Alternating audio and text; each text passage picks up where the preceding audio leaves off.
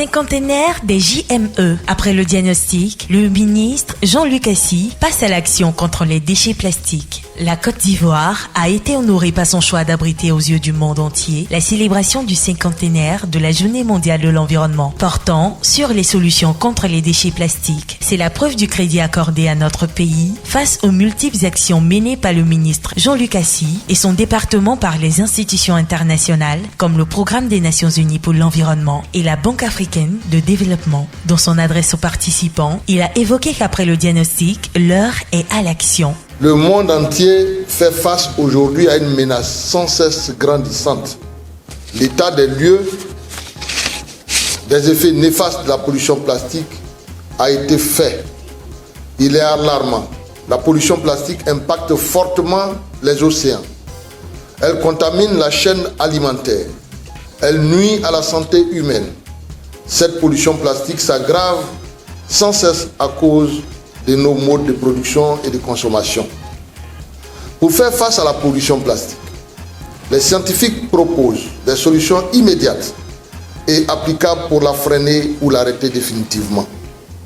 Et la mise en œuvre de l'économie circulaire pour la gestion du cycle de vie des déchets plastiques est l'une des clés proposées. La Côte d'Ivoire a pris en 2013 le décret numéro 2013-327 du 22 mai 2013 portant interdiction de la production, de l'importation et de la commercialisation, de la détention et de l'utilisation des sachets plastiques.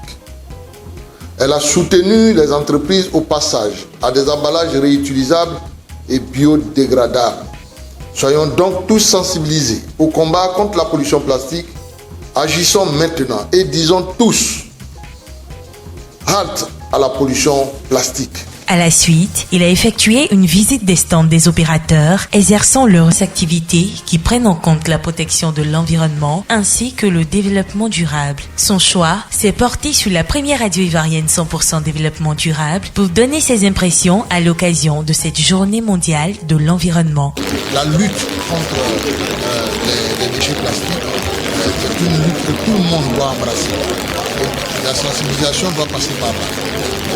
Nous envisageons, dans cette journée de l'environnement, tirer les leçons et nous permettre de développer un certain nombre de stratégies, notamment en ce qui concerne l'éducation, la sensibilisation et l'éducation, même dans les écoles en pour que la question environnementale liée donc à la pollution plastique soit une réalité.